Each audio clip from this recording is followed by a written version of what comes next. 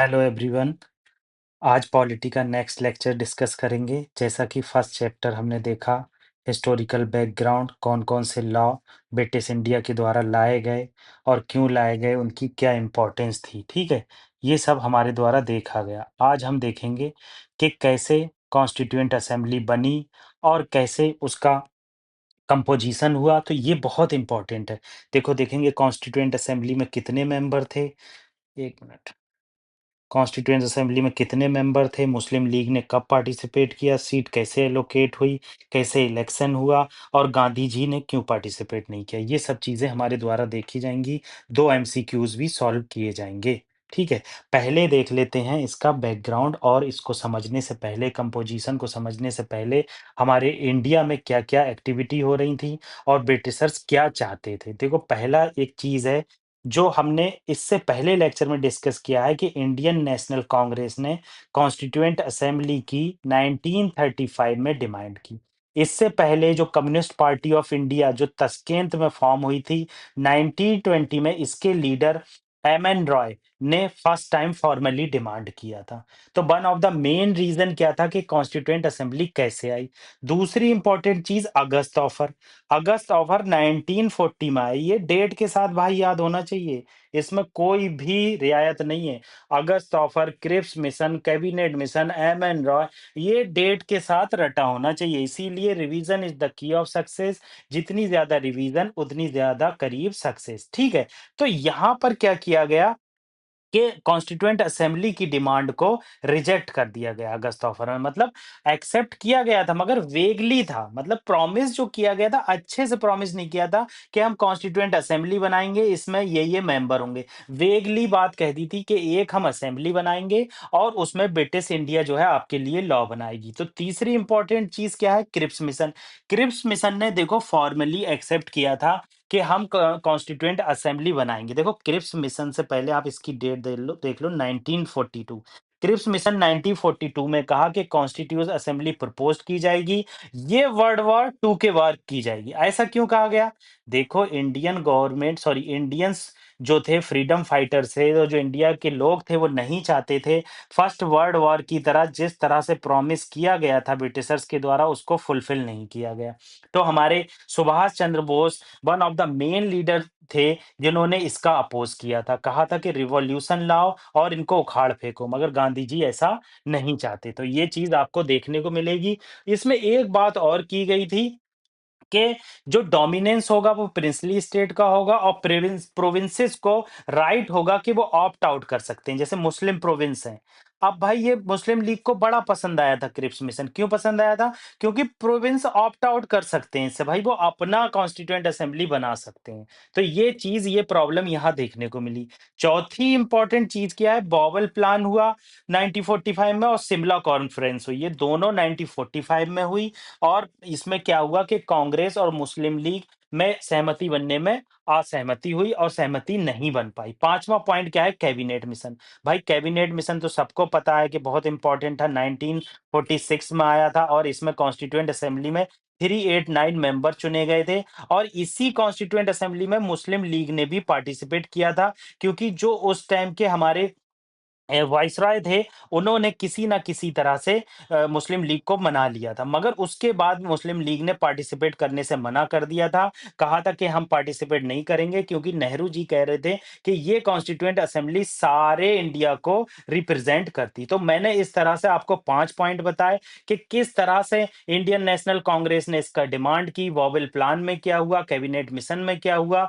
ये सब चीजें आपने देखी देखी। इसके बाद देखेंगे कि इसको देखने के बाद देखेंगे कि क्या हुआ क्वेश्चन देखने के बाद, और इसकी कॉन्स्टिट्यूएंट असेंबली बनने के बाद क्या हुआ। कैसे सचिंद्रानंद सेना जो थे वो पहले कॉन्स्टिट्यूएंट असेंबली के मेंबर बने, और कैसे doctor Rajendra Prasad ji president elect किए गए। ये सब चीजें हम इसके बाद डिस्कस करेंगे जब पाकिस्तान ने बॉयकॉट कर दिया।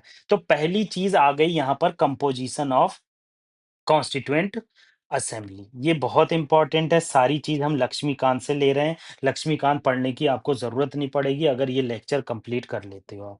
ठीक है। Composition of constituent assembly cabinet mission के आधार पर हुई। इसमें टोटल स्ट्रेंथ 389 मेंबर थे, जो 296 ब्रिटिश इंडिया से आते थे। ब्रिटिश इंडिया का क्या मतलब, जो ब्रिटिश के प्रोविंसेस थे, जैसे बंगाल था, बिहार था।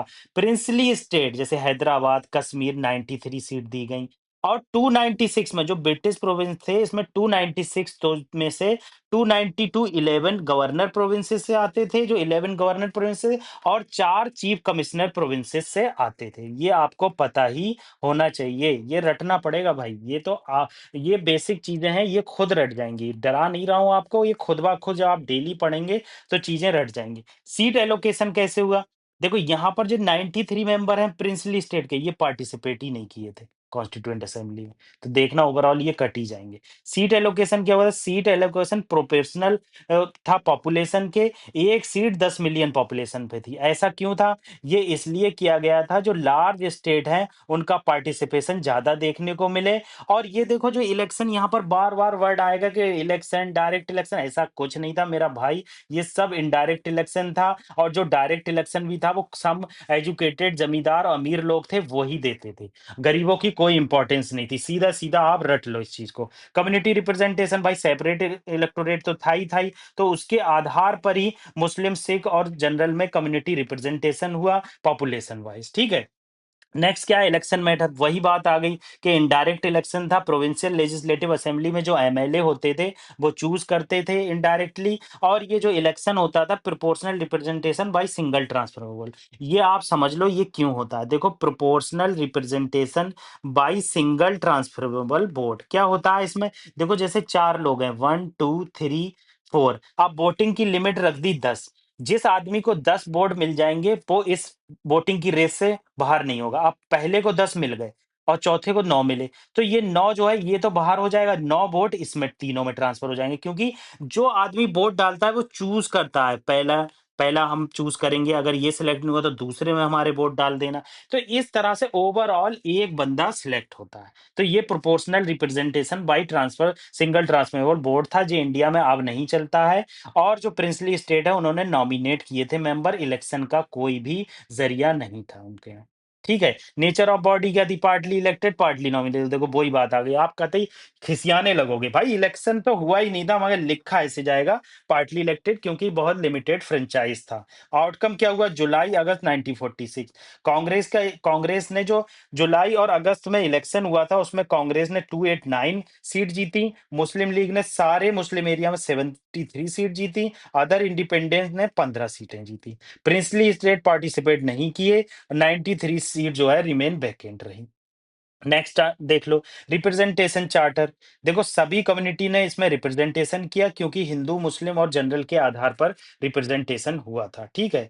डायरेक्ट इलेक्शन नहीं था, मगर तब भी रिप्रेजेंटेशन करने की कोशिश की गई। देखो, ऑल मेजर पर्सनालिटी ने कॉन्स्टिट्यूएंट असेंबली में पार्टिसिपेट किया, एक्सेप्ट गांधी जी। ये बहुत ही इंपॉर्टेंट है, आपको इसको रट लेना है। क्या करना है? रट लेना। गांधी जी ने पार्टिसिपेट नहीं किया, बाकी सबने पार्टिसिपेट किया। ये आपको रटा होना चाहिए। ठीक है। अब हम देख लेते हैं एमसीक्यू से पहले कि कॉन्स्टिट्यूएंट असेंबली बनने के बाद क्या हुई। देखो, फर्स्ट जो मीटिंग हुई कॉन्स्टिट्यूएंट असेंबली, देखो ये आप जान लो, स्टार्टिंग में मुस्लिम लीग ने पार्टिसिपेट नहीं किया था। एक मिनट। मुस्लिम लीग ने स्टार्टिंग में पार्टिसिपेट नहीं किया। मैंने आपको बताया, वॉइस राय ने जैसे तैसे मुस्लिम लीग को कॉन्स्टिट्यूएंट असेंबली में इंक्लूड किया। मगर उसके बाद क्या हुआ, जब जवाहरलाल नेहरू जी ने कहा कि ये कॉन्स्टिट्यूएंट असेंबली सभी को रिप्रेजेंट करती है, ऑल ओवर इंडिया, सभी कम्युनिटी को, सभी रिलीजियन को, उसी समय मुस्लिम लीग ने इसमें पार्टिसिपेशन से भागने लगी। तो फर्स्ट मीटिंग इसकी कब हुई? दिसंबर 1946 में। ये आपको याद रखना है। Constitution assembly first time met जो हुए दिसंबर 9 1946 में। और इसके जो टेम्परेरी प्रेसिडेंट बने, कौन थे टेम्परेरी प्रेसिडेंट? टेम्परेरी प्रेसिडेंट बने डॉक्टर सच्चिदानंद सिन्हा जी। डॉक्टर सच्चिदानंद सिन्हा जी। उसके बाद क्या हुआ? 11 दिसंबर 1946 को डॉक्टर राजेंद्र प्रसाद को परमानेंट इसके प्रेसिडेंट बना दिया गया। उसके बाद क्या हुआ? माउंटबेटन प्लान आया जून 3 को 1947 को। अब जून 3 1947 इसलिए जाना जाता है, क्योंकि ये इसमें पार्टीशन को एक्सेप्ट कर लिया गया। ठीक है।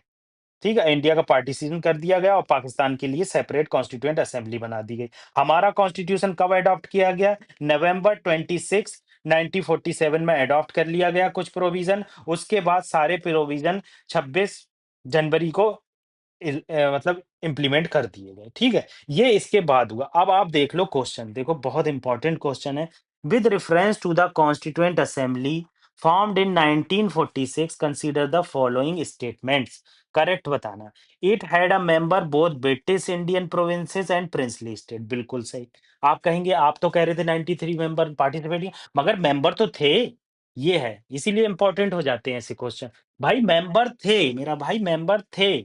हाँ, अगर आपको कन्फ्यूज़न है, मगर पार्टिसिपेट नहीं किया था वो बात अलग है। तो ये बिल्कुल सही है। ऑल मेंबर वर डायरेक्टली इलेक्टेड। वाह भई वाह! मैंने कहा आपको इतना गुस्सा आएगा, कहीं भी डायरेक्ट इलेक्शन नहीं था, बिल्कुल गलत है। The Muslim league actively participated in first session. Muslim league ने फर्स्ट सेशन में पार्टिसिपेट नहीं किया था। मैंने जैसा आपको बताया जैसे-तैसे इनको खींच कर लाया गया था। ये चीज़ आपको याद रखना है क्योंकि अक्सर ऐसे क्वेश्चन पूछे जाते हैं। मुस्लिम लीग बॉयकॉट किया था फर्स्ट सेशन को दिसंबर 1946 में। ये आपको याद होना चाहिए। नेक्स्ट क्वेश्चन क्या है? देखो क्वेश्चन इंपॉर्टेंट है ये। आप फोटो खींच सकते हैं, पीपीटी चाहिए या फिर पीडीएफ चाहिए तो मैं आपको दे सकता हूँ। इंस्टाग्राम कह रहा हूँ, टेलीग्राम चैनल पर। नेक्स्ट क्वेश्चन देख लो, कॉन्स्टिट्यूएंट असेंबली का रेफरेंस है इसमें और स्टेटमेंट दिए हैं, इसमें बताना कौन-सा करेक्ट है। इसकी कंपोज़िशन रिकमेंड हुई थी कैबिनेट मिशन प्लान से, बिल्कुल ठीक है, इसमें कोई भी गलती नहीं है भाई मेरे। दूसरी important cheese, member represent princely state were elected through the indirect election, ठीक है? बिल्कुल गलत है। प्रिंसली स्टेट में कौन-सा इनडायरेक्ट इलेक्शन होने लगा? भाई वो तो नॉमिनेट कर रहे थे, इसीलिए इस पॉइंट पे मैंने बहुत ध्यान दिया था। 1 मिनट, इस पॉइंट पे मैंने बहुत ध्यान देखो इम्पोर्टेंट भी लिखा है। मैं जो भी पढ़ाऊँगा, जहाँ इम्पोर्टेंट लिखूँगा तो आपको वो ध्यान देना है, ठीक है? तो ये गलत हो गया, दूसरा ऑप्शन गलत हो गया, ये गलत हो गया, ठीक है? तीसरा, method of election of British Indian representative were proportional representation by single transfer, ये समझा दिया आपको। तो पहला तीसरा करेक्ट है। कोई दिक्कत नहीं होना चाहिए, आपको बुरी लगी वीडियो कमेंट बॉक्स में बताइए, अच्छी लगी कमेंट बॉक्स में बताइए, क्या सुधार हो सकता है कमेंट बॉक्स में बताइए। Thank you very much.